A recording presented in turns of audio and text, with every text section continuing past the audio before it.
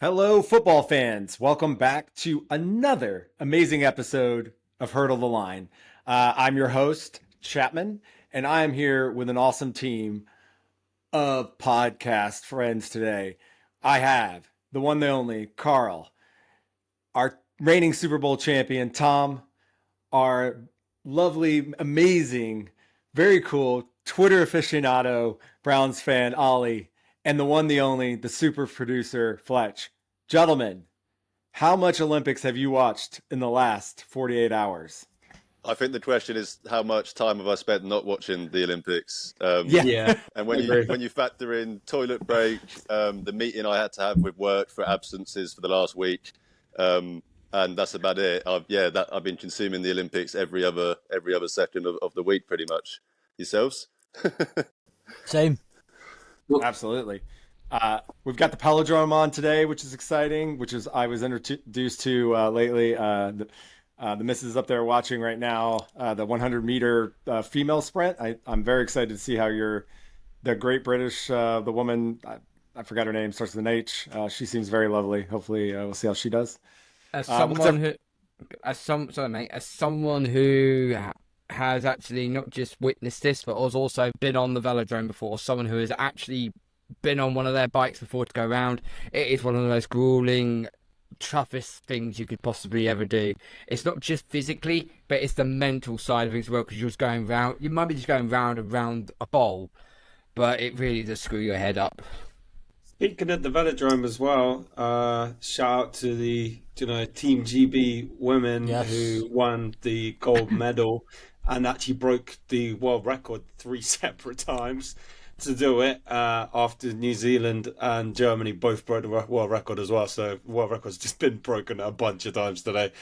But yeah, same with Oli. Working from home for me means that I basically have it on the second screen every second of the day. So yeah, haven't missed much Olympic coverage.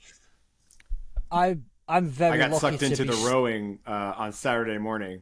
I've been training for a marathon that I'm going to do next month, and I got sucked in and didn't get out from my run time because I was watching the rowing. So it's amazing, man.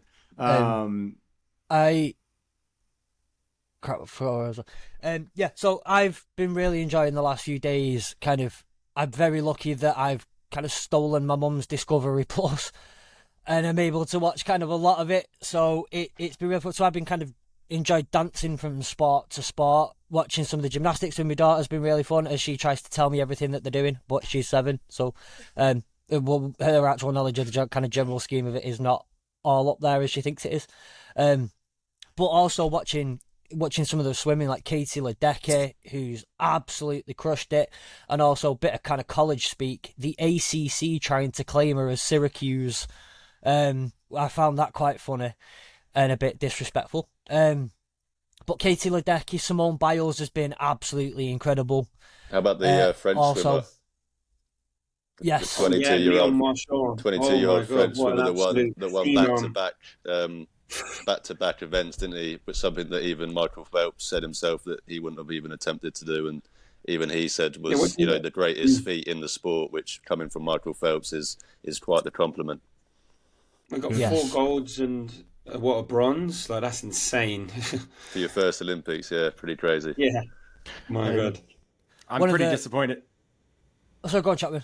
I was going to say I'm pretty disappointed nobody's brought up the dressage, which is the horse dancing. Of course. Am I the only one that's a fan of the horse dancing? Did you see Snoop Dogg in the whole outfit, kitted out, fully supporting with Martha Stewart? Yeah, of course, as always. One of the ones that I enjoyed watching the other day was starting to get into the actual athletic side of it, and obviously we mentioned the 100-meter sprint and things like that. But the hurdling is always one I find really fun, especially the earlier heats, especially with things like hurdling, because if you don't quite get it right, it really can set you apart from the rest, even on such a short distance. So you kind of watch one first place go through, second, third, fourth, fifth, sixth, seventh, and then about 10 seconds later, number 8 just kind of jogs over the line way past everybody else, and you just kind of think you've been waiting 10 days and your Olympics is over in 15 seconds. And Well, that's what I like great. about the canoeing one. I watched a lot of like the K1 on the C1 and stuff, and that was awesome because they go around this thing like so quickly, and if they make one wrong turn and like one of the gates, then they're out of medal contention. Like it's insane. Well, all I will say is after seeing the pole vaulting and seeing how that guy unfortunately missed out on a medal, I now understand why Chapman did pole vaulting in high school. Was it? I was wondering where this was going. I understand the correlation of the reason of why he did that now. So fair enough, and I understand it now, Chapman, and respect to you. I was thinking about that guy earlier today. He may not have won gold, but he will not go dateless for a very long time. I'm sure his DMs are flooded with messages. Go ahead, Fletch. One of the sorry. Oh no, sorry. I've lost where I was at then. Again. Sorry. It's okay. Well, that's great because we can move into talking about what we're all here to talk about, which is NFL football. The thing that we all love it. And I know as we do every show, we start off with Break the Huddle, which is our news segment. Guys, we've got some deals to talk about. We got some new contracts. First of all, Tristan Wirth of the Tampa Bay Buccaneers just became the highest paid left tackle in NFL history. He got a 140.63 million with 88.24 guaranteed. It's a 5-year deal. I think all of us would agree. Good job, Tampa Bay. Good job, Bucks. Good job, Tristan Wirth. Worth the money. Great player. You like seeing him get paid. 100%. 100%. Yeah.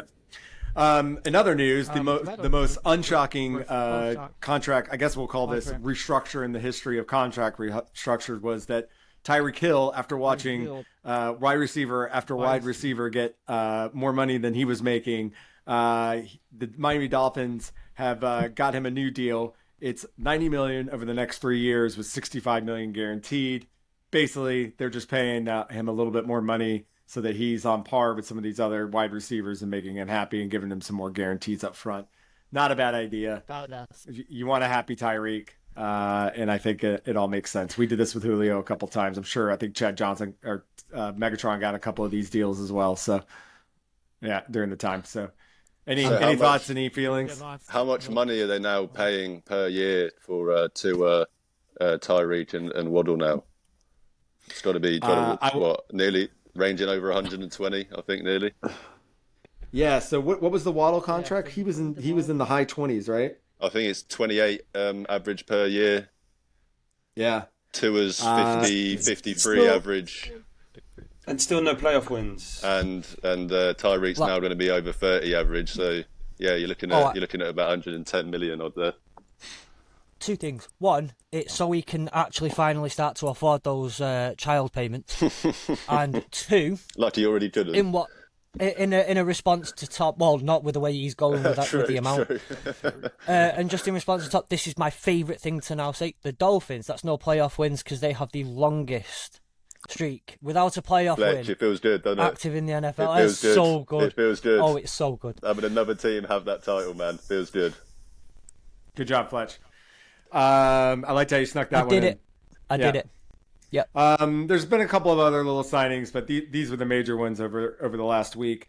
Moving right along, as we know, camp started about a week ago. We've gotten some the injury bugs.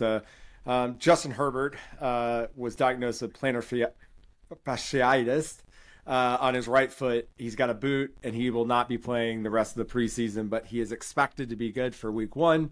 I know anecdotally, just listening to some other podcasts and just knowing about plantar, I can't say it, but I can say it. Could somebody say fasciitis for me? Anyway, plantar fasciitis is obviously a professional. It just sounds like he's allergic to Mexican food by the sound of it.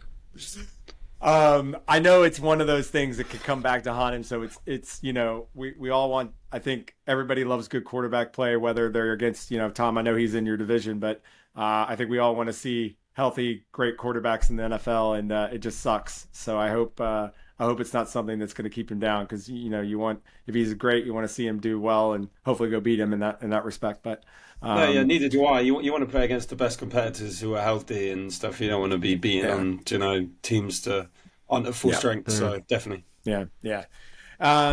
And it just sucks because I think there was a lot of positivity coming out of the Chargers camp, obviously, with Harbaugh going there and their draft and everything. So wishing Justin the best.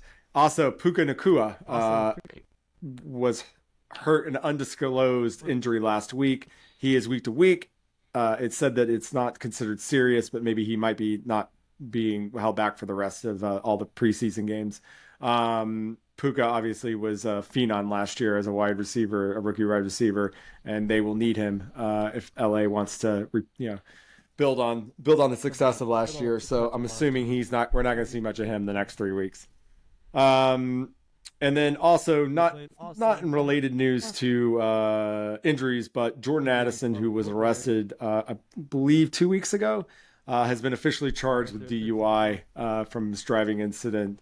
The Vikings wide receiver. So I'm not sure how they'll deal with this in terms of the NFL. I think after he's charged, he'll fight it, but he may end up getting suspended anyway, just because he was in that situation, regardless of how he pleads or what comes out of that. So expecting maybe Jordan to miss some time this season at some point.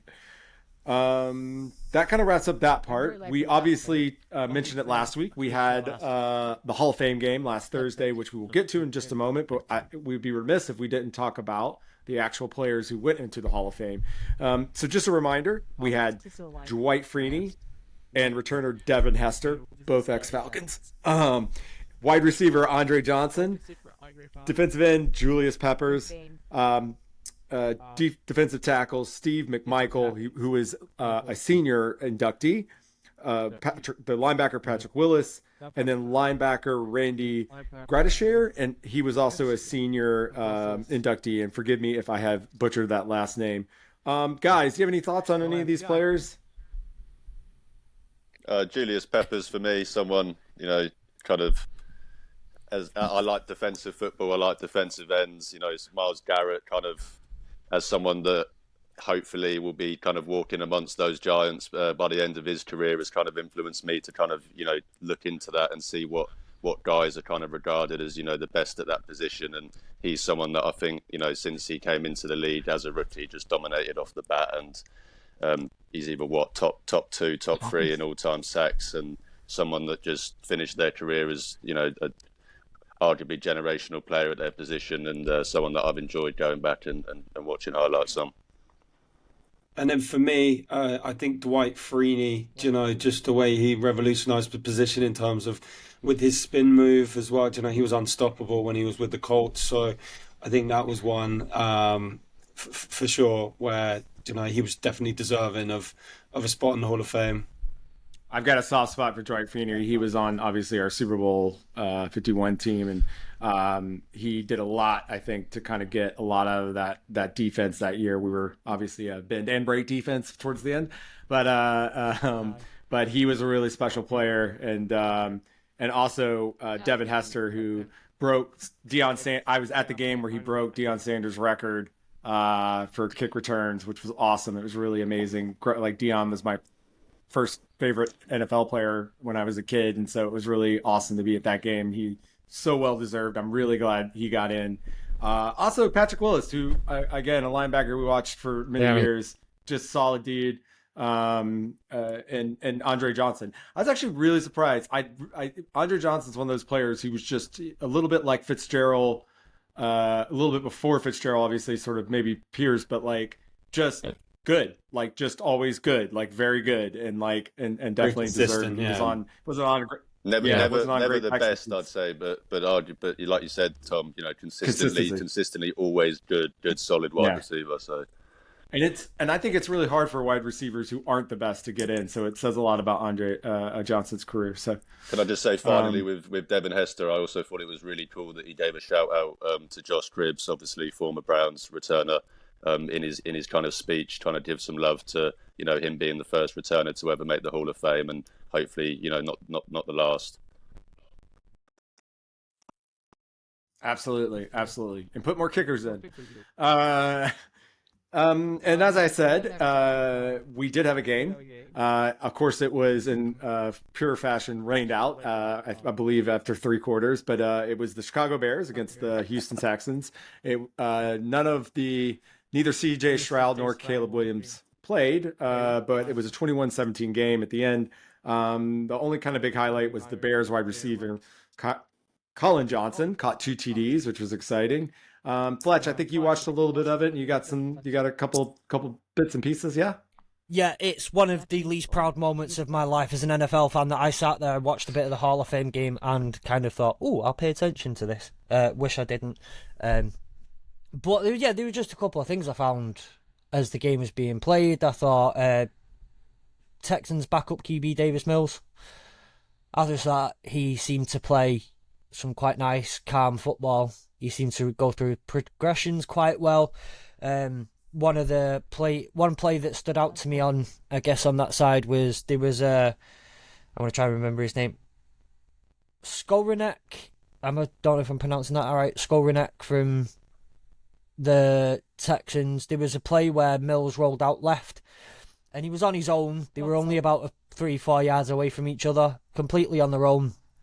Mills kind of tosses it to him, and he just wasn't looking, wasn't paying attention, and ball just ends up on the floor. Not a great way to, not a great look for the communication and just not knowing where each other were and what each other were doing. But the pass to Quarantino, I thought was a really good one. Really good knowledge of kind of where he was. Great getting into space and kind of keeping the play going. Yeah, I paid that much attention. Sorry.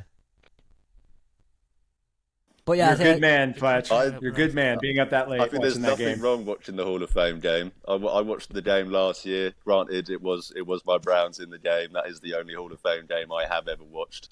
But obviously, being a fan of Ohio sports, the game being in Canton, it's a cool thing. It's a cool weekend for the area. So no, as you said, it's hard to watch a full NFL game of not just backups but the backups of the backups. So yeah, I just think it's one of those things where you can kind of start to see with preseason just kind of what maybe some of the schemes are doing, how some of the things are working. Like I say, more than anything, it was how well are you handling some of that pressure on the line, how well are you communicate. Like the pass where it was just completely missed. It's like the communication is just not there, and little things like that I do think, how are you going to iron that out? Are you going to iron out that communication? Do you need to understand a bit more as you go through, pre-season, which are some interesting things to build off. But other than that, yeah, as soon as I saw Caleb wasn't playing, I was certainly not going to be watching.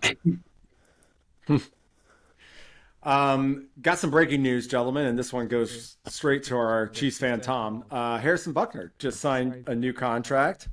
And it is going to make him the highest paid kicker in the NFL currently. It's a 4-year, $25.6 million deal, 17.8 in guarantees.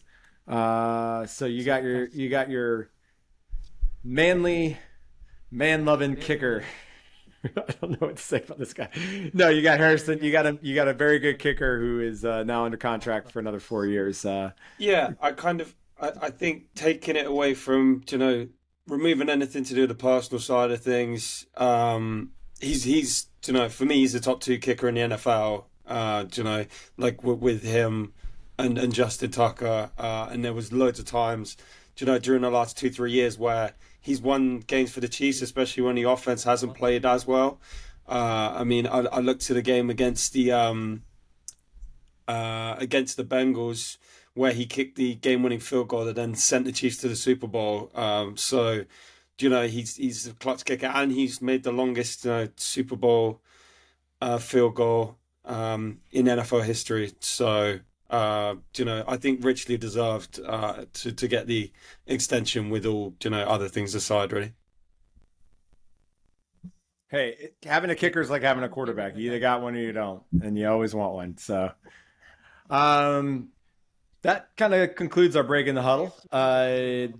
So the first thing we're going to do today is we're going to talk camp notes. Now, we're not obviously at any of our camps, and we have to live vicariously through all the amazing media members and local beat reporters and whatnot. But we are paying close attention, especially to our teams, and I've been looking at some of the other interesting players and other teams. There's lots of great videos, obviously, every day on Twitter, X, if you will, showing great catches, showing great interceptions, all sorts of stuff. And we finally got some pads out this week. So we're just going to go around the horn quickly, talk about any camp observations from our favorite teams and any other things that everybody's looking for. So, Karl, kick us off. How's Patriots camp going? What are you hearing? What's exciting for you? What's maybe not so exciting? And what are your thoughts? Patriots camp so far has been... when you've got a brand new coach, brand new OC, and a brand new quarterback with brand new pieces on the offense as well, there's always going to be teething problems. And the defensive side of the ball has been winning pretty much most of the training camp battles as far as I'm concerned. It does look like from where I am sitting, it looks like Jacoby Brissett is going to be starting week 1, which is not the be all and end all. Drake May has performed admirably well, but the first 2 pad practices that Drake May had early on last week was a reality shock, shall we say, for him. One thing I have been very impressed with, though, is the 2 receivers that we actually drafted, Jalen Polk and Javon Baker. Put it this way, Christian Gonzalez, after his stellar 5-star show of shutting down Tyreek Hill, Javon Baker has blown the doors off him every single one-on-one practice. Gonzo can't get anywhere close to him, and there are rumors he could end up becoming the wide receiver 1 for the Pats. Keon White, our defensive end, our second-year defensive end, has been really turning camp upside down. Every battle on the offensive line he has won, apart from when he's gone up against Michael Onwenu 3 times today, lost all of them. But Onwenu is a very good guard. And overall, the whole thing about gelling these players together is to get the right chemistry involved. And the way we're doing it right now is it's positive. Okay, there are going to be some issues. There will be. The offensive line is still not quite where it should need to be, and I think you're going to see that in training camp, where you're going to end up seeing the second string line, which is going to look absolutely horrendous. This is why I see Drake May being the backup and Jacoby Brissett starting. But overall, it is positive. It is positive to us. I'm not expecting us to go absolutely ballistic in the season. I'm not expecting us to do that. It's just going to be one of those things where all we just want to see is progress, and we're already seeing progress from our rookie quarterback. We're seeing progress from our rookie receivers. So, it is promising so far. But first game of preseason, we'll see how good this team can be. Who are you guys playing this week, Karl? Carolina. Nice, awesome. All right, thanks, Karl. Next up, Oli. Talk about Browns camp. What's going up with the big Browns? Yep, so they just got back from their now second annual trip to the Greenbrier in is it in Virginia, I believe. It's like an old kind of colonial type hotel resort that they've seemed to pick as their spot to go do their training camp, the first portion of their training camp. The idea of it obviously being you're getting all the players under one roof. Everyone is forced to bond with each other rather than going home to their families and stuff. So they think it works. They think it worked last year. So hopefully it will work this year. Just some thoughts on camp as a whole. Offense has looked pretty good. Obviously, that's been the kind of biggest topic of discussion amongst the Browns. Social media and everything around the Browns is what's this offense going to look like? Obviously, bringing in Dorsey. There was all the questions about is it going to be a completely new scheme, everything like that.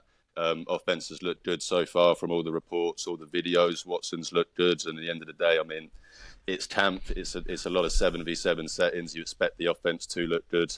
So you don't want to, dig into that too much and think, wow, we're going to be amazing in a top 5 offense next year. But of course, you would be concerned if they didn't look good.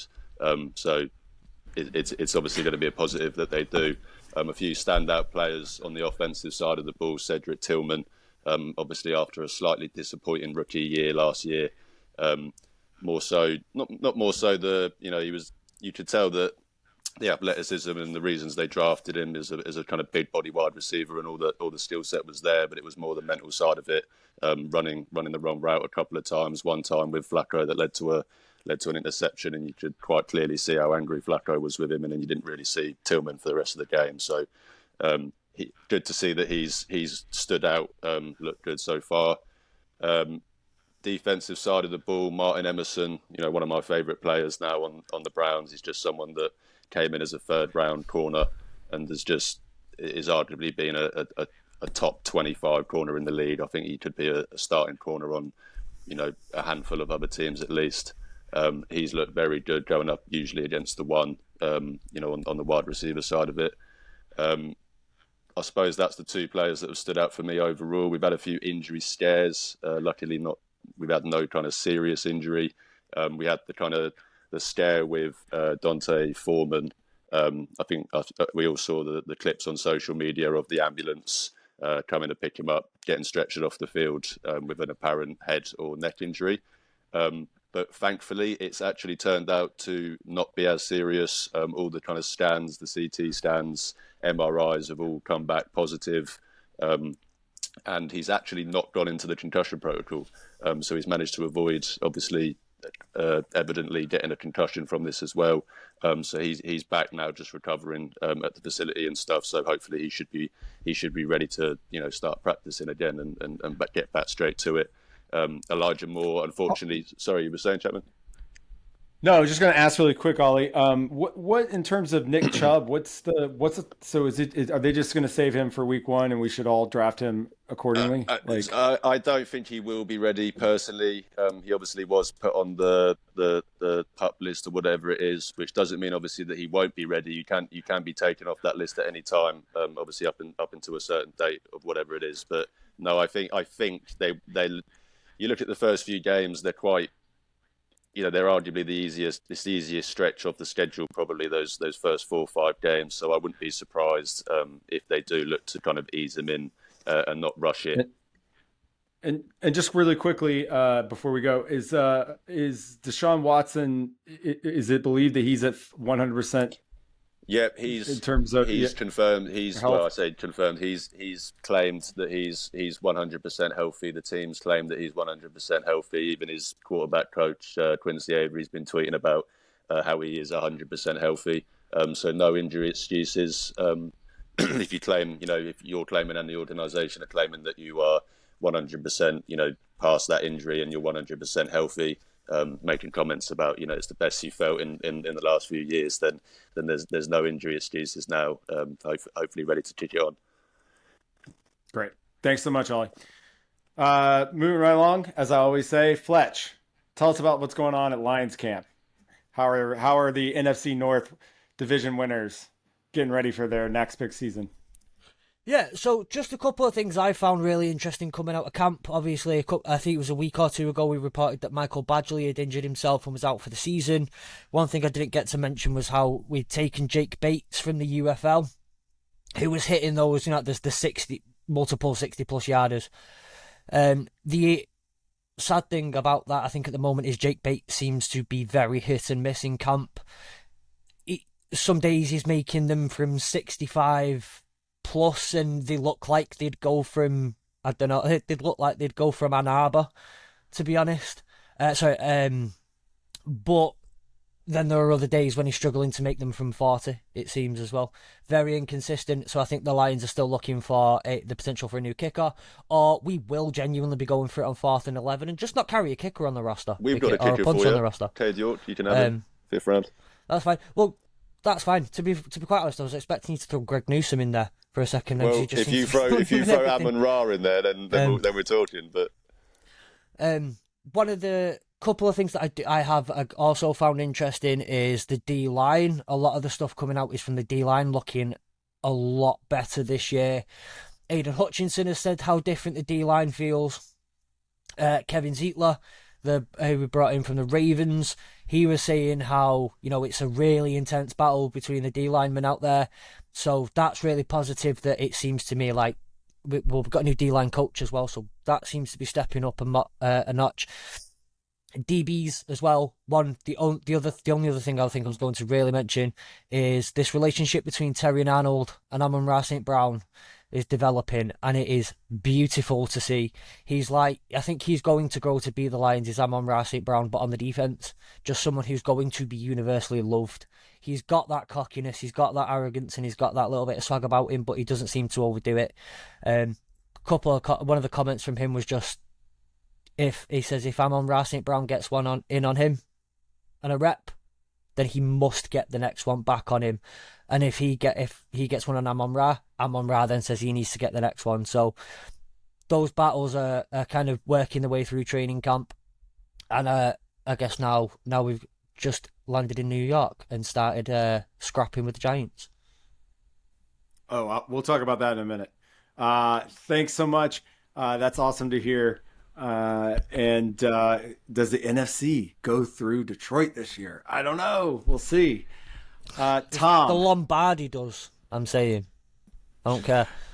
I think the Super Bowl's in New Orleans. Anyway, Tom, tell us about the defending Super Bowl Chiefs. Another championship season at St. Joe's. In Missouri, as they do, training camp. Chiefs training camp is notoriously, very tough, especially on the rookies and stuff. They've talked about it before. Andy Reid definitely puts them through their paces.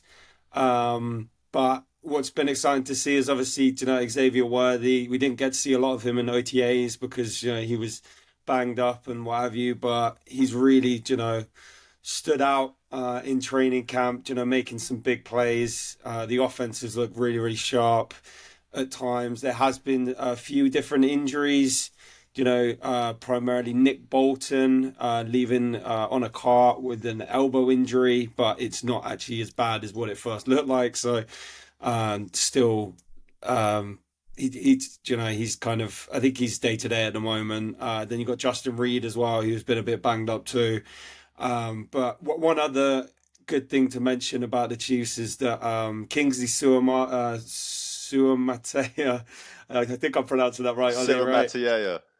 Yes, I practiced that about 100 times in front of a mirror leading up to that draft. But he's been getting a lot of the reps at left tackle, which I think and he's been performing really well.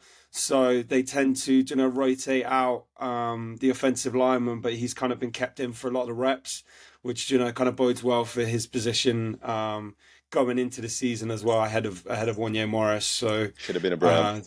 They're just a few little tidbits from Chiefs training camp.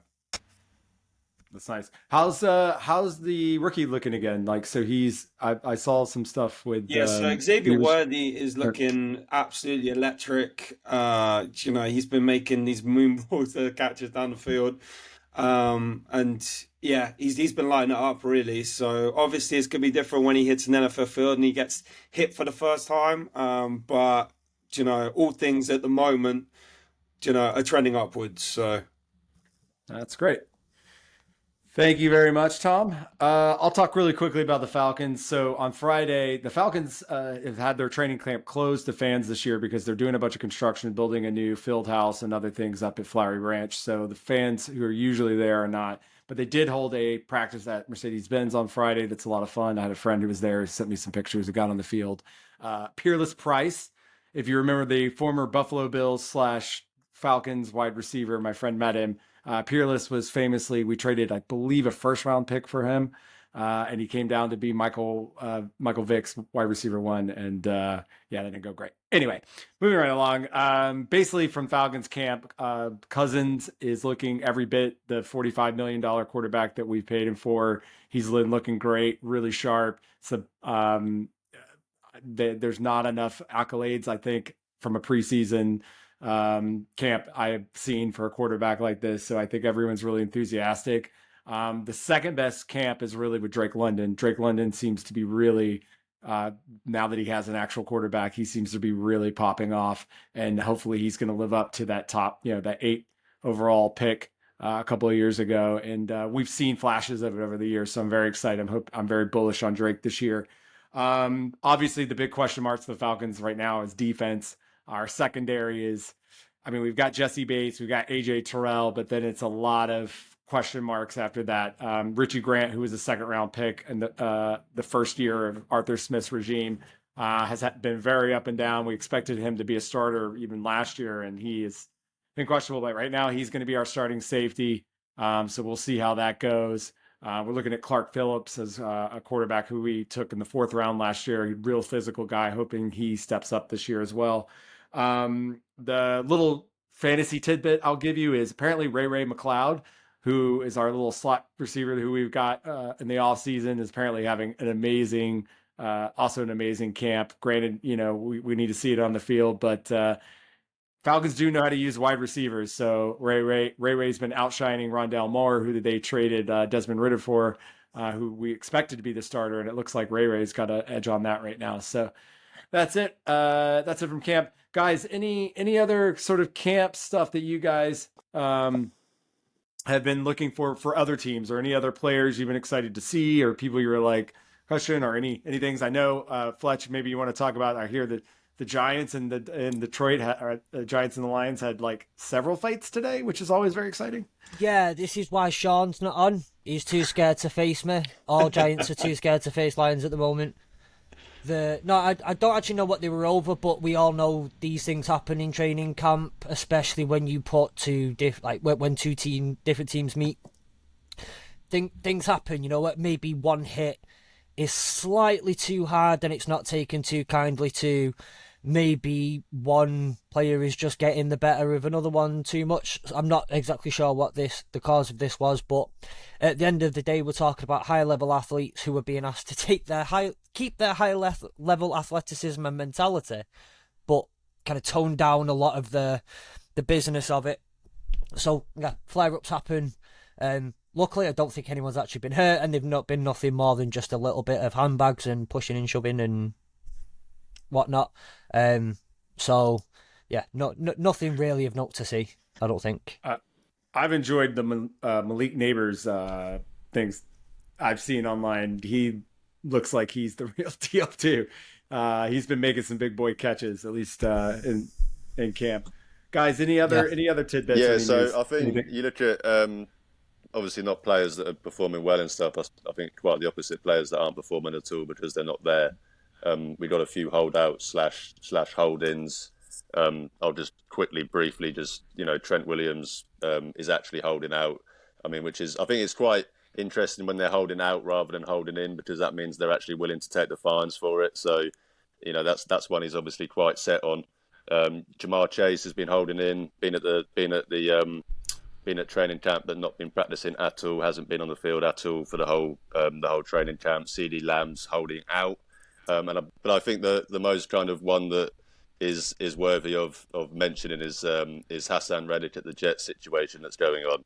I mean, they traded for him. Obviously, he's got 1 year left on his deal, and they traded for him seemingly not even having a discussion about the contract extension, let alone even getting one agreed before the trade in the first place. Pardon me.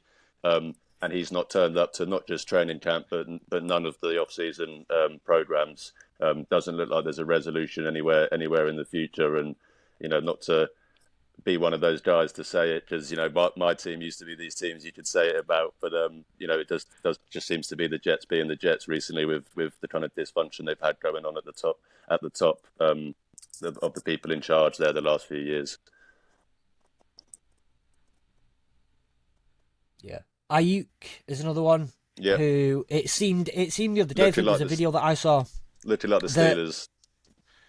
Yeah, well, there was a video I saw of, I think, taken from fans who were in training camp, and Ayuk walked out and he walked over to Shanahan and they had a little handshake and a hug and whatnot, and both of them looked very happy. And I think a couple of things people were kind of asking, is that a congratulations on your new contract handshake? Spoiler alert, no, doesn't look like it. Yeah, we've had an influx of the Steelers rumours today. Obviously, that doesn't cement anything into sand, but yeah. Karl, I think you're on mute, buddy. Second time in 2 weeks. It's not good when you hear these rumours. They are coming from the Steelers fan base and journalists. I refer to them as very loosely. When you've only got 7,500 followers on X, can you really rely on them until you really see the tweet come out from Ian Rappaport, Tom Pelissero, Shefty? Until you see something come out like that, you really have to take whatever these other lot are saying with a very fine pinch of salt in regarding of that. But, I've seen rumours of 49ers fans saying, nope, we are paying Trent Williams and Brandon Ayuk. And I'm thinking, if you pay those two, you're in purgatory if you don't win a Super Bowl next year. Holy crap. They've got 35 players leaving for free agency next season. It's like an all-in push for them. But that wasn't the bit of news I was going to talk about. So one of the receivers I think we were mostly all quite high on was Lad McConkey. So apparently, according to reports, McConkey is apparently the Chargers' #1 receiver in camp. He's been one of the most efficient receivers in college. So with Keenan Allen, Mike Williams and Austin Eckler all gone, there's a massive opportunity for someone to step up in LA. It appears McConkey is the favourite to do so, as he's been Justin Herbert's #1 target in camp before the latter's injury. And if you want a tip for NFL fantasy, he is going in round 9 in drafts currently. Nice one, Karl. I did pick him up actually in a sleeper league, so I'm very excited about that.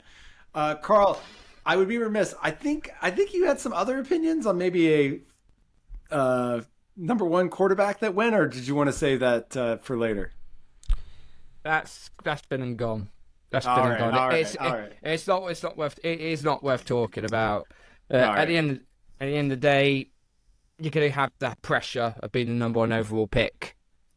But all I'll say is there's been more busts than what there've been great quarterbacks. Let's be real. He's got to earn it. All right. That was sort of our tidbits at camp. Now we're going to move in. Oh, you got some more, Fletch. There is just one person, and I'm really gutted because he's clearly, if you watch him on YouTube and that, he's clearly dipped off the screen. So these two people, I think, have a vested interest in this one. Lewis Rees-Zammit. I've been enjoying watching some of the videos that have come out about him from Chiefs training camp. He looks like they've utilised him in a couple of different ways. And one of the best videos, is it Mecole Hardman? Yeah, Mecole Hardman. That was brilliant. The video of, I think they were doing some lineups and doing some drills, and Mecole Hardman kind of went over to Lewis Rees-Zammit, and he's like, he put his arm around him, didn't he? Yeah. Kind of. Listen, this is. I need to work on this too. But I think what we need to do is we need to stand here, and when we're next to each other in kind of receivers, if I stand like this and move and stand this way and move this way, it's going to help you to get in this position, and so on and so on. And I just thought, to see Lewis Rees-Zammit in some of the clips has been great, but also, absolute props to Mecole Hardman and how he's clearly, the role that he's taken on under his wing, hasn't he? He's kind of like, even as like a veteran of that team now, which is crazy to think because he's still only, I think, 25 or 26 maybe, but he's been round the ringer with the Chiefs. So for him to then help Lewis Rees-Zammit is I agree, Fletch. I saw that, and that was something that was beautiful to see. I think we're going to have like Summit Watch or something throughout the season. I found it interesting though that Fletch brought it up before you, Tom, and he's on your team. What's this about? Well, I thought I was going to talk about him in like the preseason sort of hype. Well, there we go. That's actually great because it's a great transition in to our preseason hype. Tom, you're a genius. So yeah, now we're just going to go through. This will be a little self-indulgent on our part. We promise that it will not always be our teams that we're speaking about specifically, but we're just going to go back around the horn now and talk about each of us are going to just sort of talk about what we're looking forward to this season. And sort of the positive, the negative things that we're expecting, especially specifically here in the preseason to start the show. So we had to let Tom go first because obviously his team is sitting atop of the mountain as the reigning Super Bowl champs, as we've already mentioned. Tom, take it away. Yeah, so in terms of things I'm excited to see from the preseason, definitely the new kickoff rule to see what the Chiefs do with Lewis Rees-Zammit within that. And then also just within the offense itself, whether he gets some snaps of running back or wide receiver. So yeah, I'm very excited to see how they utilize him and how defenses play him, considering he's learning from scratch basically. So yeah, definitely for him. And then another one for the Chiefs, just the final one. There's a wide receiver by the name of Nicky Remedio, I think his name is. He's been like so close to making the 52-man roster, a couple of years in a row, but he's shown out at Chiefs training camp. So I'm excited to see what sort of impact he makes in preseason, because he actually had a good preseason last year, but just didn't quite make the team. So he could potentially bump out Sky Moore for that wide receiver 3 spot potentially. So I'm excited to see what he does too. Tom, just a quick question. I listened to an interview with Pat Mahomes, I think a couple of weeks ago, and the gist of the interview was, not the gist, but part of the interview, he said, he basically said, we did not play, and I didn't get to play in the regular season as well as he wanted to. And he said, it basically was like, it left a bad taste in the mouth. He goes, ultimately we won the Super Bowl. That's all that matters. But he was, he recognized that it kind of was like, the defense took this team. And then once you were in the playoffs, obviously that's Pat Mahomes time, and there's magic that happens there. But what do you expect in terms of how Andy Reid's going to sort of change this offense? Because obviously the league caught up with you guys to some extent. You're still, what do you think is going to happen in terms of what is Pat? What do you expect Mahomes to and the offense to do this coming up season? So I think a big theme of training camp has actually been with Mahomes and with Reid about the accountability of the offense, about what they are doing to be the best that they can be. There were times last season where they were obviously struggling, but it was struggling with consistency as well. So I think nailing that from the off is definitely gonna help them. But I think just the vast array of weapons, like they have more weapons than they did, last time, and a few of those guys who were, MVS has left. Kadarius Toney's not getting a lot of snaps. Those players that were the ones that were struggling for the Chiefs last year as well. Some of them have left, so I think there's some new fresh blood, for want of a better word, and I just think that will just add a bit more of injection of offense that we didn't see last year in terms of I think there will be more deep ball throws from Mahomes. Like obviously, I know he's had to become a lot more of a patient quarterback, and he has succeeded in doing that, winning the Super Bowl and such. But at the same time, I do think we will get some of those old school Chiefs plays this season as well, with some of the explosive players that we got on the offensive side of the ball. Cool. Awesome, Tom. Thanks so much. Fletch, after the best season the Detroit Lions have ever had, what's going on in training camp to make sure you guys aren't being complacent? And what are you looking forward to, and what are you expecting to see the next few weeks? Yeah, so I think for me, the biggest things I want to see is, I think similar, I think Tom kind of mentioned it as well from the Chiefs' point of view, just how they utilise the new kickoff rule and whatnot. One thing I have heard as well in training camp is they're throwing I know that they kind of do every year, but they're throwing a lot of the receivers in with special teams right now and just saying, look, even for the sake of training camp, have a couple of goals at returning some kicks under the new kickoff rules. I think Jameson Williams a few months ago was offered to take some punt returns and kick returns for the Lions, and he refused. But I don't know, maybe with the new rules he might take some. I want to see how they get Jameson Williams involved. I know they had him for pre-season last season, but he's got a full pre-season and a full season to go under his belt now, barring any injuries. So there's I don't think there are any excuses. He's actually another name that has been popping up as doing really well in training camp, and that relationship with Goff is drastically improving, which is great to see from my point of view. And yeah, so I think, seeing how that secondary works together, seeing how Aaron Glenn has put together a defense now with some more additional pieces there, and seeing how that wide receiver room steps up. Now we've lost Josh Reynolds, etc. I see how Donovan Peoples-Jones steps up. There's a new kid called we've got a new guy from the Cardinals called K. Devon. I can't remember, who again been making some moves. The only other thing I'm really excited to see is a guy called Sione Vaki, who was drafted in the 6th round this year. I mentioned him not long ago as someone who is very versatile. I think they drafted him as not quite knowing where he was going to play. So I want to see how they utilise him.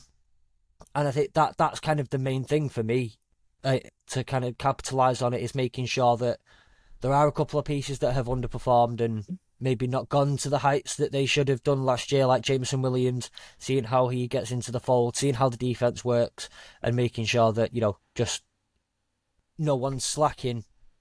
Even now with some of the contracts that have been handed out, Penei Sewell, Amon-Ra St. Brown, just because you've been handed a contract doesn't mean you can take the foot off the gas, if you will.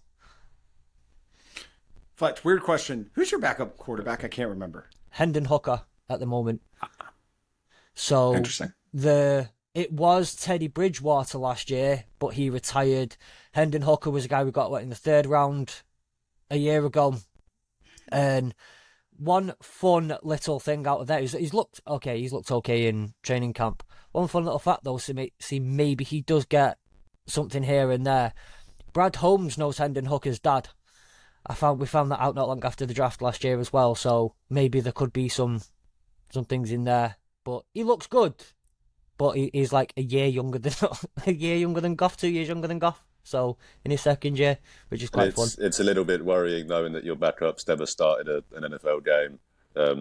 Usually you want the backup to be able to come in as an experienced guy, but who knows? In that case, he might come in and that might be an advantage. People not got no tape on him, so. The Falcons have a little guy named Taylor Heineke that we have locked up. So I think we'll be trading him soon. So if anybody needs a backup quarterback,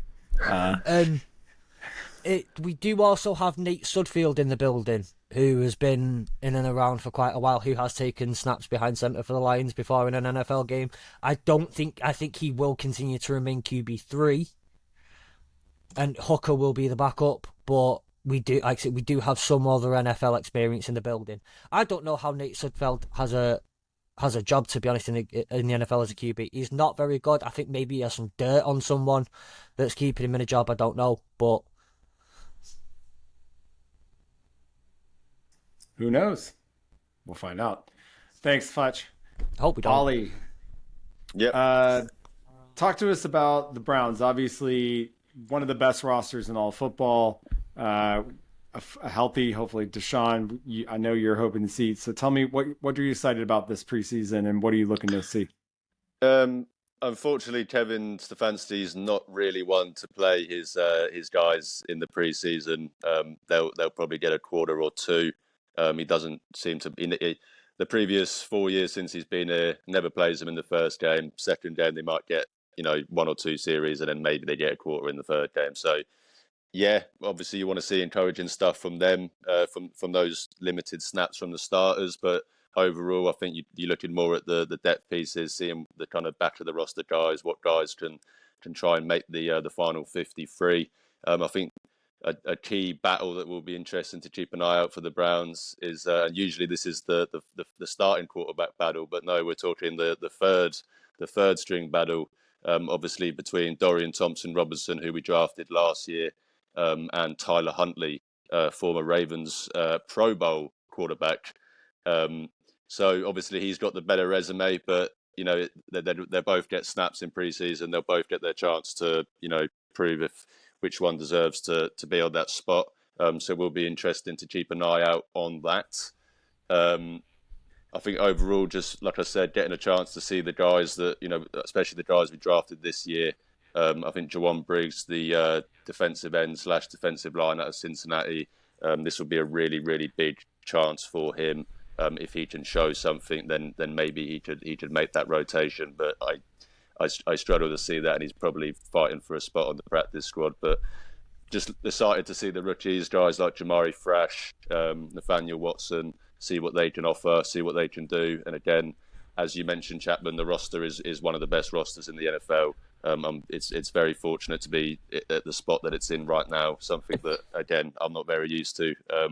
But so because of that, it's going to be hard for a lot of these guys that you're going to see in preseason to get any kind of meaningful snaps when the actual regular season games do come around. But it's always interesting to see what guys kind of lay their name. And it's always, we all enjoy the cool stories of if a guy at the back of the roster can make the team, and we get to see the video of them getting told that they made the team and stuff. So if that can happen for one of those back of the roster guys, then that's cool. But yeah, overall, just want to see positive, obviously stuff out of the starters in the very few limited snaps they will get, and then just excited to see some of the young guys and see what they can do. Awesome, thanks, Oli. And then finally, well, not finally, next, Karl. Obviously, for the first time in 20 years, there's a new coach in New England, Gerard Mayo, and you also got a new rookie quarterback, who you mentioned earlier, and different vibes. Talk about what it's like. What's the vibe? What is the vibes of the New England Patriots, and sort of what are you looking to see, and what do you think the strengths of this team is going to be? It's no longer the team that Belichick had, which it was very strict. You have to do this, do your job, this, that, and the other. I think with Mayo coming in, it has sort of settled down the players a little bit. They can more feel more human, if that makes a little bit more sense. They've been able to be themselves, like in a sort of way. And we are sort of like in a day and age now where you have to be more player friendly, more, so that it helps him with the culture that we're trying to build there. We're still predominantly a defensive football team. Our defense is our bread and butter, with our running game as well.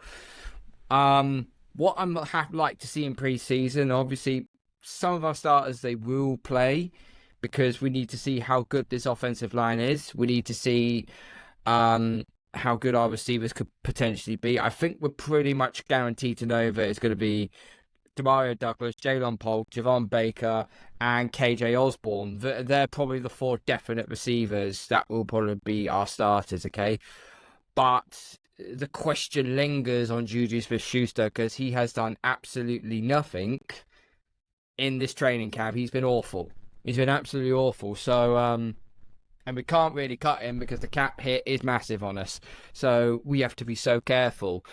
But I am looking forward to seeing Drake May play to see what he can be doing at the NFL level. But I'm also very intrigued with the other quarterback we took in the draft, in Joe Milton out of Tennessee. Cannon of an arm, he can throw absolute bombs. The rest of his game now is a bit hit and miss.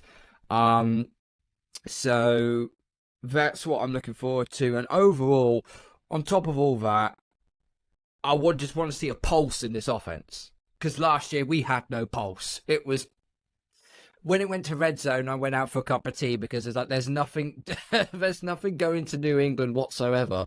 So, as long as I just want to see progress with this new team and this new coaching staff, then I'll be happy with this. I'm not expecting us to make the playoffs because if we do, then we've over-exceeded of what we actually got with our first year. There are people saying that Drake May should start. There are people saying no, Jacoby Brissett should just be the bridge and then let Drake May come in. If Jacoby starts having really bad games, and maybe get Drake in halfway through the season or what, I don't know. We're not going to do a Jordan Love type of situation where we keep Drake May on the bench for 3 years and then bring him in for the 4th year. That ain't happening. That ain't happening. At best, Drake May will miss his rookie season. At best. But looking forward to it. It's a new dawn, a new era for us. Will we see May at all in the preseason, Karl? You will see him in the preseason. Okay, cool. Well, that'd be fine. I hope we get to see him this year, but I think obviously your line, it's going to be dependent on that and just how much you can watch Jacoby. I mean, if Jacoby does well, let May learn under him. But I after it's a third overall pick, you kind of want to get him in there when you can, right? Jacoby Brissett can't last a full. Yeah, Jacoby Brissett can't last a full season without getting injured. Well, there you go. So there will come a time Drake May will step in. He went the whole season with the Browns without getting injured, to be fair to him. Okay. One out of I don't know how many seasons in, so best career season as well. Thanks, Karl. Finally, the Falcons. What I'm looking forward to seeing is what I've already got to see, which is called competent quarterback play. And after 2 years of not having a competent quarterback, it's really nice. Despite us also drafting a quarterback at 8, but Cousins has been the real deal. And everything I've read from all the great local guys like the guys from the Falcoholic and the guys from even on the Falcons media team, Kurt has come in, taken over the team. He's a true leader. He's a true professional. And I think we really needed that. And I'm excited to see how far Zach Robinson and Kurt can take this offense. I think that's the thing we're gonna hang our hat on this year. And if we can be good, then we have the hopes of maybe winning the division and maybe making the playoffs for the first time in 6 years. In terms of camp, I'm really paying attention a lot to this defense. We've got a lot of young, we've been craving defensive ends and sacks for so long. We have a lot of second round, third round, fourth round, day 2 picks invested in this defense. And I'm just hoping from what Morris has said, and then defensive coordinator Jimmy Lake, is that they're going to, they've got a lot of different size guys coming in, and they're just going to have a lot of rotations of guys. So it's going to be a lot of fresh dudes coming in all the time. And maybe that can generate a pass rush. Because I think if we can't get some sort of pass rush, I think it's going to be hard for us in the long run to win games because our secondary, outside of 2 outstanding, secondary players with Terrell Davis and Jesse Bates, it's gonna be tough back there. But I don't know. Like I said, it's just been really nice if Kirk Cousins can stay healthy and he's looking like he's great. He's not been somebody who's ever had injuries throughout his career. So this is so hopefully if he can play 17 games, we've got a puncher's chance in the NFC. So that's what I'm looking forward to. All right, guys, that's our teams. Does anybody have any other kind of bits and stuff that they want to bring up in terms of anything else in terms of Kansas preseasons? I think games start kicking off on Friday, right? Friday, I believe. Falcons play Miami on Friday, and they have a practice on Thursday together. So I'm excited to see those fights. It's Thursday night / Friday morning. You've got the Panthers and Patriots, and then you've got the Giants and Lions, and then that's a full weekend slate, then a preseason. Yep. Yeah, I'm excited. Always good to see the young players, some of the rookies, some of the, as I mentioned with the Browns, obviously across the league, you get these young players or back roster guys, cool stories, things like that. Obviously it's excited to see those guys. Excited to see Caleb Williams, of course. Chapman. Oh, well, I was about to say we're gonna have Hard Knocks start. This week. Exactly. Yeah. Are you not excited to see Rook Ororo? I'm very excited to see Ororo because I've learned to say his name. Yes. Ororo. There it is. It's 3 rows. There it's it is. O-ro-ro-ro. 3 rows. So you gotta get so they named him 3 times, not twice. Rook seems to be fitting in. I mean, I'm honestly, Tom, I'm really glad to see Grady Jarrett back. Grady Jarrett is he's the heart and soul of our defense. He, he's going to go in the ring and honor of the Falcons one day. This is his 10th season. The dude's just been awesome for his whole career, and I'm hoping he bounces back from his season injury. But I think No, I'm excited to see Rook. We obviously traded up for him, and he had a sack, I believe, the other day. So like he's coming along. So we'll see how that goes. I'm glad you got that name in, Tom. I should have said Rook a row. That's gonna be a fun one. What I want to say, two things. One, I like these little things that we learn, like row, you're about to learn name. Don't know if any of you remember former offensive lineman for the Lions, Halapoulivaati Vaitai. But I learnt how to say his name by Play That Funky Music, White Boy. Lovely little trick. When you go Halapoulivaati Vaitai, I don't know. It's just the little things you get in life. I did want to ask. I mentioned it in the transition between, and unfortunately, Oli did not get a chance to comment about his native Lewis Rees Summit. How are you looking forward to seeing what he gets to do in pre-season? Yeah, can't wait. I'm very grateful of you doing that. Obviously, as I cut out, I completely didn't even realise that you spoke about him. Yeah, can't wait to see him. Obviously, it's he should have been in a Browns jersey, not a Chiefs jersey. But at the end of the day, not all teams can be as talented as the Browns, and unfortunately, there wasn't room for him. But the Chiefs obviously did have room for him. But no, I can't wait to see him. It's going to just be an awesome moment for me as obviously as a Welshman, and for everyone in Wales to see someone represent our country on the NFL stage. It's going to be a really cool moment. One of the things that I'm looking forward to is, as me and my wife potentially look to move to North Wales at some point in the next 9 months, I think, is I spoke to my sister-in-law a few months ago and just said, look, do you know anyone around here who likes America? Like, anyone. I will speak to anyone if they like it. And she was like, yeah, good luck with that one. Absolutely no one. If he can do well, even if it's just pick up a few snaps, that will make the news around Wales. Yeah. That will hopefully start to bring some eyes onto it, and hopefully I will not be the only one who knows anything about the NFL. My hope is that you find a nice Bears fan to be friends with out there. I think it's the perfect timing as well. With kind of rugby in Wales not being as popular as it has been, I think this is the best time. They're trash, Oli? Yeah. I'm talking more about the politics side and the fact that there's no money in it. But other than that, no, it's. On that note, I would rather make friends with an actual bear. Everything I've been seeing on my feed there's been so much Wales online, and it's just like anything that Lewis Rees is doing, which I do love to see it. To be fair, love to see it. I don't know whether or not, Tom, but he just cut out because of his internet access, or he cut out because you just literally verbally insulted him. No, you crushed his soul. I think you crushed Ollie's soul, and he was gone. He disappeared. Fletch, I got to tell you a funny story. I lived, before I moved into this place, I was living in a place for just 1 year. And one morning, after we moved in, I walked out and I looked across the street, and a guy came out and he had a Saints hoodie on, like directly across. And I was like, seriously? In London? Like, of all the places? I live next door to a Saints fan. Sure enough, Saints fan.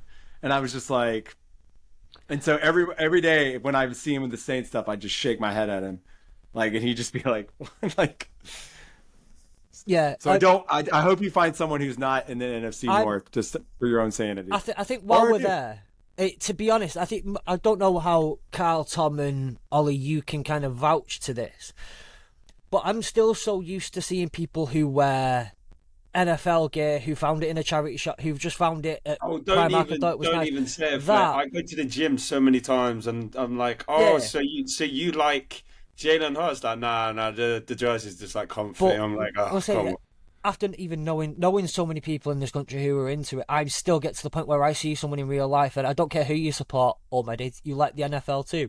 Let's talk about everything. Anyone other than Steelers fans for me. If you've got a Steelers jersey on, then I will not be having a friendly conversation with you. No, I'll always keep it friendly with any NFL fan. I think festivals is the worst one. You go to festivals and there's about 100 people with a jersey on. You're like, you're a Giants fan? No, okay. Last month, I always go to a it's like an American themed festival. God, there was a lot of NFL jerseys around. There was a lot of NFL jerseys around. They're all nice people. What you meant to say is you went to go watch New Era's tour, and there were a lot of Kelsey jerseys. Like, that's fine. Shut your mouth. Just admit it. I've never heard anyone be insulted by being told they went to a Taylor Swift concert. That's not Taylor Swift's awesome. I'm like the only person I know that didn't go to the Eras Tour. It's not an insult. Literally. It's not an insult from my part. I think it's great that you just don't hide it. Be who you are. It's fine. I will say in London, I used to have that opinion, but I think most people who wear stuff here are fans. Yeah. You can kind of tell if they're a little too hipstery, and then you're like, all right, you just got something cool on. It's like a little too throwback, but most people here. I've been burnt too many times, Chapman. I've been burnt too many times. You can tell with the outfit, though, can't you? My thing is, it's all college. If I see anyone in college stuff here, I'm like, no, you got that at a charity shop. Well, like I saw a guy in a Tennessee shirt one day, and I was like. Well, yeah, because the college stuff just has the name on it. When I got my Michigan hoodie, there were a couple that I was going to choose from, and one just had Michigan across, and I was like, it's just anyone would think I just found a random. Probably still do, to be fair. Well, Tom, you're a similar age to me. You think back to the Top Man years when they were popular for our age group. I mean, every top had UCLA or like you said, Fletch. You know. I didn't really see any Michigan, to be fair, mate. If I'm totally honest, I've never actually seen many of them, but plenty of Ohio State and Georgia and places like that. It's like my wife when she went around Florida. She said the amount of people who had a T-shirt on that said Scunthorpe was ridiculous. It was amazing, because obviously it works both ways. Yeah, but usually. Going on, like there are certain teams though, Chapman. I think you can actually realise, and it's probably the same around the world. If you see the Raiders jersey, anytime I see someone in Raiders, I'm not going up to them because they have a Raiders hat and they do not support the Raiders. Yeah, Raiders. My best mate is a Raiders fan, and he has been in the black hole, and The worst one for me though was I went up to a Steelers fan in a popular supermarket. We were getting a meal deal like at dinner, and I walked up to him and I said, it was about to say, Ben Roethlisberger was retiring, but no one quite knew whether he would or wouldn't. And I was like, oh, mate, he had like Steelers hat on, Steelers jacket on, Steelers jersey on. So I was like, he's fully decked. I was, do you think, Big Ben's going to retire? And he's like, Big Ben's a clock, mate. And I was like, do you reckon? No, seriously. And he looked at me as if I don't know, walked up and punted his cat. I don't know.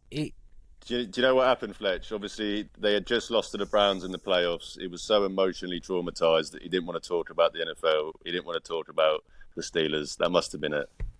Guys, I have breaking news. First time on the show. Oh. Brandon Ayuk has been traded to the Steelers. What did I say? What did I say? Wow. What did I say? Yep. Wow.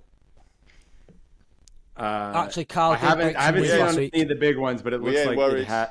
We ain't worried. Yeah, so who's reporting that, Chapman? Who is reporting it? Cam Marino, who is a national NFL analyst. Cool. He has over 10. 5,500 followers. Yeah. Oh wait. No, he's got 10. Followers don't mean everything, to be honest. No, he's got 10. 10 followers. Yeah. All right, maybe not breaking news, but it looks like it's in the pipeline. Yeah, it looks like it might be it. So, all right, I'll take it back. Fletch. Yep. It's time for our favorite part of the pod. Yes, it is. Now we need music. Boop, boop, boop, boop, boop, boop. Okay. Maybe hopefully not music like that, Chapman. You are right. We do need music. I will never do music again on the show. I'm sorry. So I'm making a point now going forward as well. Every player will be at least somewhat linked to one of the teams that we have.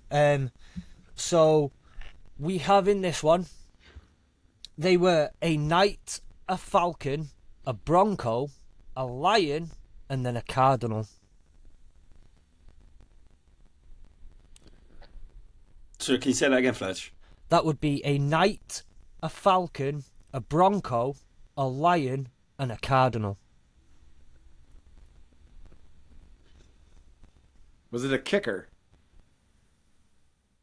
Oh, it's is it Matt Prater? It's Matt Prater. No. Oh, it is Matt Prater. Fair play, Matt Tom. Money Prater. Well done. Fair play, Tom. Tom is very good at this game. He is. Do you know what it is? He has a really good Google set up behind him that he's able to just quickly type. No, I'm joking. It's that. I'm joking. If you get the right setup as well, though, you can get Google to listen. Yeah. You can set the mic up on the... So Google's actually listening to me give it out. I'm not a conspiracy theorist, but I'm just saying dare I say on here, while none of the other college guests are on, one of my favourite things when I drop the trivia for them is when you see screens then light up on that side of the face and they go, oh, I don't know what the answer could be. Oh, I wonder. Well, my other favorite thing about like the college like... one good is that Fletch, you give them like 87 guesses. They get the guesses. It's like until they finish to get it. Well, we're clearly better than we must be. We are. Well, we've got Tom. Yeah, we got Tom. And his AI, Google, whatever he has. His AI computer. I've just got an AI brain, you know. You guys should already know I'm a cyborg, basically. So. Love it. So as we do, we're gonna end the episode with our funny question of the week. We were all talking about Noah Lyles, who was the sprinter last night who won the 100 men's contest, won gold for the U.S. And he had, in his press conference, had mentioned about the fact that he was a world champ, unlike the NBA world champs, who are only the champions of the United States. And the NFL, technically. And the NFL. I just feel like if you created the sport, then you get to call yourself the world champs. But we'll talk about that another time. You didn't create it. You didn't create it. You adapted it. Well, we didn't create bets. We did create the NFL. Anyway, moving on. So my question to you guys are, if you took away all the major world sports, both here in the UK, in the US, anywhere, and you could be a world champion of one sport, what would it be? Go. So does the no major sports mean obviously football is in? It cannot be basketball, baseball, rugby, football. Okay. Okay. Anything that's a major sport. I've got two. Skateboarding would be one. You only get one. Okay, I'll take it back. I'll do darts. As someone that's watched darts from a young age, with my granddad, and someone that he tried to. All those years in the pub trying to get me to play darts and telling me that if I train hard enough I'll be a world champion, that I obviously never did train hard enough, so I could finally make him happy with that one, so I'll pick darts. I think I might go for snooker. I don't really know why, but I have a fascination with snooker and I would love to be a world champion, and especially because I just love the look of the table itself, so but yeah, I'm going to go for snooker, just a random one. Well, that's mine gone. I was going to go for snooker. His face just went absolutely flat.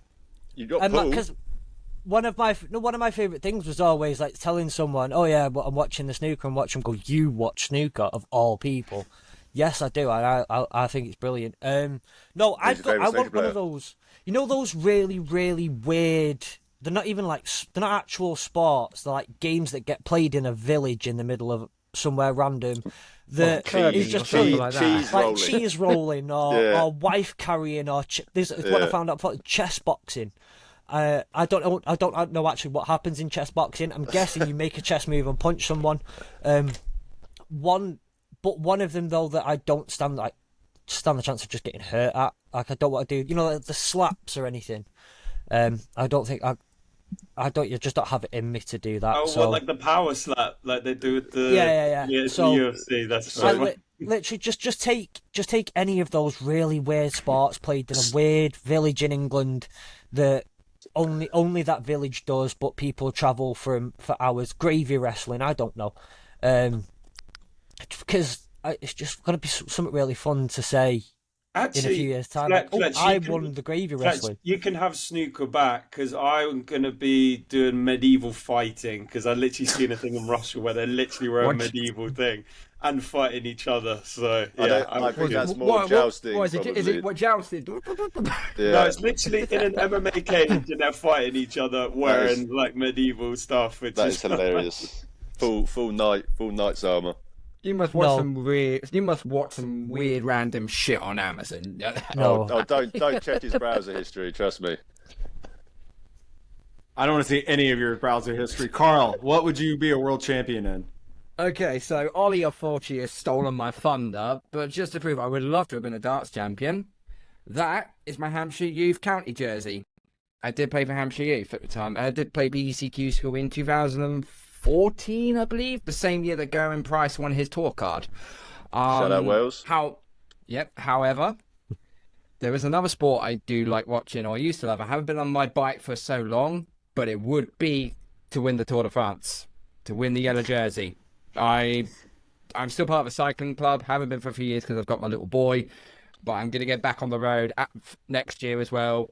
Take him along with me, and something I absolutely love doing. But that would be a real, and the endurance you need for that is ridiculous. The fitness you need to do that is insane. Yes. You're going up like 20% gradients, and they're not like like you get here in the UK. They just gradually go up and up and up and up, and it's just absolutely like 87 relentless. hours in the saddle, I think, on average. Like it's a lot of shabby cream. It's insane. Yeah. Yeah. You see the videos of their legs after a stage, and you see the cramping like in their legs, and it's honestly revolting to see. You can see the calf pulsating, pulsating. It's horrible. And some of the accidents that you see, once you hit the deck, that's it. You ain't getting back up. I would not want to do that. Mine would be, and this is going to be questionable with the sport, but this is where my mind goes. I would love to be a world series poker champion. Main reason is the payout is great. Yep.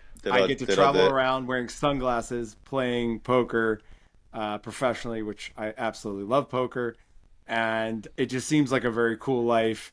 And then you do it for a few years, and then you retire, and you just become, you become a crypto bro on social media, like the rest of them. Yeah, so you just do weird stuff and become a celebrity. So I would love to be a world champion of poker. So that's it. Tom, I don't want your snooker back. I'm sticking with bog snorkeling. Bog snorkeling? Bog snorkeling. I don't even want to ask. Is that an Olympic sport? I thought it was a tradition in Wales. I've just started a change.org petition for it. We'll see how far it goes. Go to the link in the description to find the petition. No, but that's a good one for a new card, to be fair, because as a keen cyclist and stuff, I've been watching the Tour de France for 10, 12 years, so that definitely would have been an incredible one to win. Definitely. One of my main bucket list things to do is to go to Italy and cycle the Dolomites. The views you get in there is absolutely unreal, and Stelvio Pass is one of the most iconic ones going. It just snakes for like 15, 16 miles, but the view you get from the top looking down, it's just amazing. That's one of my bucket list things to do, is to ride the Dolomites. So I didn't realize we had such cycle enthusiasts in this team. I am definitely not a cyclist. You won't see me doing much cycling or long distance running. I don't get it. I do not get it. I get it, kind of, I suppose. No, I respect it. I don't get it. I personally am not the best at anything that requires any form of cardiovascular. No, I'm good at. I'm a good sprinter. Quick 5-a-side game, brilliant. But anything that's cycling over the distance of about 10 meters, endurance related more than anything. is not for me. Maybe the smoking doesn't help. Maybe. Maybe. We're yet to prove it. Science isn't yet to find a conclusive answer. We are yet to prove it. No, don't smoke, please. We're anti-smoking on this podcast. We are definitely 100% anti-smoking. Well, it depends what you're smoking, but yeah. Well, there we go. Anyway, guys, thank you so much for tonight, ladies and gentlemen. Thanks so much for listening. The next 2 weeks, we're going to be doing our AFC and then our NFC big previews. We're going to be going through all the divisions, all the teams. We're going to have specific people picking the records and talking about what we think the division's winners will be. And we're really excited about that. We hope to have a fuller cast of characters for that, because we obviously have a nice split of NFC and AFC aficionados on this podcast. So we'll be looking for that. Next week will be AFC. So please tune in. If you like us, please continue to listen, like us, rate us, give us 5 stars, tell your friends, tell your families. Just put us on in the background while you clean, whatever it is. while you're doing laundry, while you're reading a book. Please give us love. Remember that the AAW network has college. What else is going on, Fletch? Anything you need to plug? Yeah, so this is what I've been trying to... So we've got a competition on right now. If you go onto our social media, if you're listening to this after September, don't bother. Well, still go to our social media and follow us, but you can't be into the competition. Where you can win one of these bad boys. A nice little cushion, personalised with your team on it, so you can watch the NFL season in comfort. It's been donated by the company that make them for us to give away as a prize for free. So watch the season in comfort, check out the socials, links in the description, so you could win one of those. And obviously keep an eye out, because as the season fast approaches, we're going to be slightly messing about with the schedule. I think our Monday night show will still stay, but keep an eye out. Fletch, as we are an audio medium, do you want to tell us what the pillow says that they could win? Well, there is the YouTube still, where some people can see it. But this one says reserved for Fletch to watch the Lions, with a little American football that does look a bit suspiciously like a rugby ball, but it is an American football. But you can get one that says your name and your team on it as well. So you don't have to get one. Are we allowed to enter the competition as members of the A? Because that is a very, very good cushion, and I encourage everyone to go and enter the competition, because I certainly would want one. Anyone from the network who gets in will get one that just simply says for Fletch to watch the Lions. So I thought so. That would go over huge with my fiance. She'd love it. Thanks so much, Fletch. Karl, Oli, Tom, Fletch, thanks so much tonight, guys. Great job. Please tune in and enjoy the rest of the Olympics. Enjoy the preseason this weekend. I'm sure we'll be talking about some games or anything exciting that happened. We're still on IU watch. I was a little premature. Karl called it out. But if I'm right in the next 24 hours, then this is going to be great. Anyway, what are we hurdling this week, guys? Come on. Hurdle that roster spot. How about actual hurdles? Because the hurdles were just on the other day. So hurdle the hurdle. We're hurdling the hurdles, real guys. Actual hurdles. There it comes. Have a great one, guys. Come back next week. We'll talk to you later.